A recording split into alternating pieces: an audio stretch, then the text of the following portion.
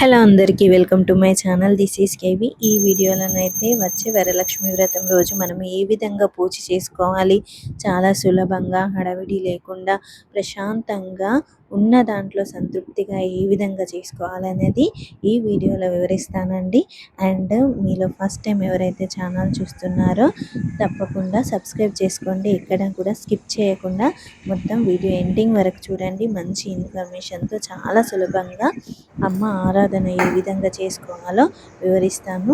And first అయితే మనము వరలక్ష్మి వ్రతం పూజ రోజైతే ఉదయాన్నే లేచి ఇంటినైతే శుభ్రపరచుకొని తలస్నానం చేసేసి ఫస్ట్ మనము అమ్మని పీఠం ఏర్పాటు చేసుకోవడానికి ఎక్కడైతే ఏర్పాటు చేసుకోవాలనుకుంటున్నామో ఆ ప్రదేశాన్ని అయితే గోమూత్రం లేదా నీళ్ళతో అయితే శుభ్రంగా తుడుచుకొని పసుపు రాసుకొని బియ్యం పిండితో ఈ విధంగా అయితే ముగ్గులు వేసుకోవాలండి. తర్వాత మనము పీటను అయితే వేసుకొని అమ్మవారిని కూర్చోబెట్టుకోవడానికి ఒక blouse piece red or green ఈ కలర్లో ఎంచుకొని ఈ విధంగానైతే వేసుకోవాలి. తర్వాత ఒక గిన్నెలో బియ్యం తీసుకొని 5 సార్లు ఈ విధంగా వేసి అమ్మవారి ఫోటో ఉంటుంది కదా, అమ్మవారి ఫోటోని తీసుకొని ఫస్ట్ అయితే తుడుచుకొని దానికి అమ్మవారికి మంచిగా పసుపు ఆర్ గంధం కుంకుమతో మంచిగా బొట్టు పెట్టుకొని అలంకరించుకోవాలి. అమ్మకైతే అలంకరణ అంటే చాలా ఇష్టం కాబట్టి మనకు వీలైనంత వరకు పువ్వులతో కానీ గాజుమాలతోనే కానీ లేక కాయిన్స్ ఉంటాయి కదా, చిల్లర కాయిన్స్, ఆ విధంగా మాల చేసి వేసుకోవచ్చు. ఈ విధంగా ఏ విధంగానైనా అమ్మను మంచిగా అలంకరించుకొని ఇలా ఏర్పాటు చేసుకోవాలి. తర్వాత పీఠం మీద అమ్మను ఇలా ప్రతిష్ఠించుకొని తర్వాత ఇక్కడైతే నా దగ్గర ఏనుగు విగ్రహాలు అయితే ఉన్నాయండి. సో నేను ఇవైతే పెట్టుకున్నాను. మీ దగ్గర ఉంటే మీరు కూడా పెట్టుకోవచ్చు ఈ విధంగా.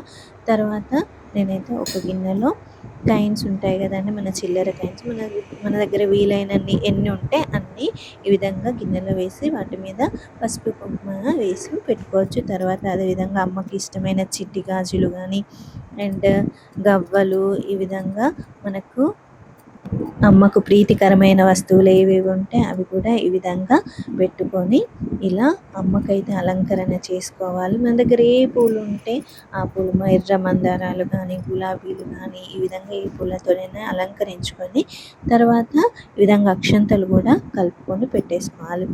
తర్వాత దూది ఉంటుంది కదా, దూదితోని వస్త్రం చేసి ఈ విధంగా అమ్మకి అలంకరణ చేయాలి.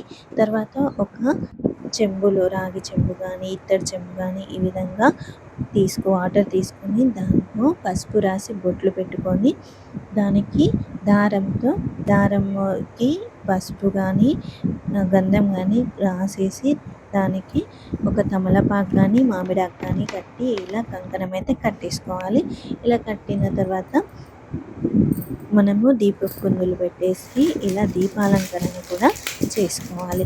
చేసుకున్న తర్వాత ఇక్కడ అమ్మకి అయితే వాయనం ఇవ్వడానికైతే మనకు చీర పెట్టాలనుకుంటే చీర కానీ లేకుంటే చీరకు బదులుగా బ్లౌజ్ పీసెస్ పెట్టి పసుపు కుంకుమ గాజులు మనకి వీలును బట్టి ఏవైతే మనము పెట్టాలనుకుంటే ఈ విధంగా అన్నీ కూడా పెట్టి వాటితో పాటు అరటి పండ్లు, తమలపాకు, పోక ఖర్జూరాలు అండ్ ఇలా శనగలు ఉంటాయి కదా, నానబెట్టిన శనగలు ఈ విధంగా అమ్మవారికి అయితే పెట్టేసుకోవాలి. తర్వాత మనకు వీలైనన్ని ప్రసాదాలు 1, 2, 3 ఈ విధంగా మనకు 3 కానీ 5 కానీ లేక మనకి ఎన్ని వీలైతే ఆ విధంగా అన్నీ చేసుకోవచ్చండి. చేసుకొని తర్వాత మనకు తోచినట్టుగా మనకు వచ్చినట్టుగా ఈ విధంగా వ్రతం అయితే అమ్మ అనుగ్రహంతోనే మనకి ఏదైనా జరుగుతుంది కాబట్టి మనకు ఈ విధంగా చేసుకోవచ్చు. ఇలా అన్ని ఏర్పాట్లు చేసుకున్న తర్వాత మనము దీపం వెలిగించుకోవాలి. తర్వాత దీపపు కుందులకు కూడా పసుపు అని గంధంతో కుంకుమతో మంచిగా బొట్లు పెట్టేసుకొని మన దగ్గర వ్రతం బుక్కు కానీ ఇలా పుస్తకం ఉంటుంది కదా, దాంట్లో అష్టోత్తరం ఉంటుంది కదా, అష్టోత్తరంతో గాజులతో కానీ లేక మన దగ్గర పువ్వులు ఉంటే పూలతో 108 అమ్మవారి పేర్లు ఉంటాయి కదా, అష్టోత్తరం అయితే చదువుకోవాలండి. ఈ విధంగా సింపుల్గా మనమైతే పూజ అయితే చేసుకోవచ్చు. మనం భక్తి శ్రద్ధలతో చేస్తే సరిపోతుందండి. ఈ విధంగా సింపుల్గా చేసుకొని మనం చేసిన ప్రసాదాలని మనకి ఈ అష్టోత్తరం చదువుకున్న తర్వాత మనం చేసిన ప్రసాదాలను అమ్మకైతే నైవేద్యంగా సమర్పించాలి. అండ్ మనము పూజ చేసిన తర్వాత అష్టోత్తరం అయిన తర్వాత కానీ చదివే ముందు కానీ మనం తోరం కూడా కట్టుకొని ఇలా పూజ అయితే చేసుకోవాలండి. ఈ విధంగా అమ్మకి నైవేద్యం సమర్పించిన తర్వాత మనమైతే హారతి ఇచ్చి పూజ కంప్లీట్ చేసుకోవచ్చు.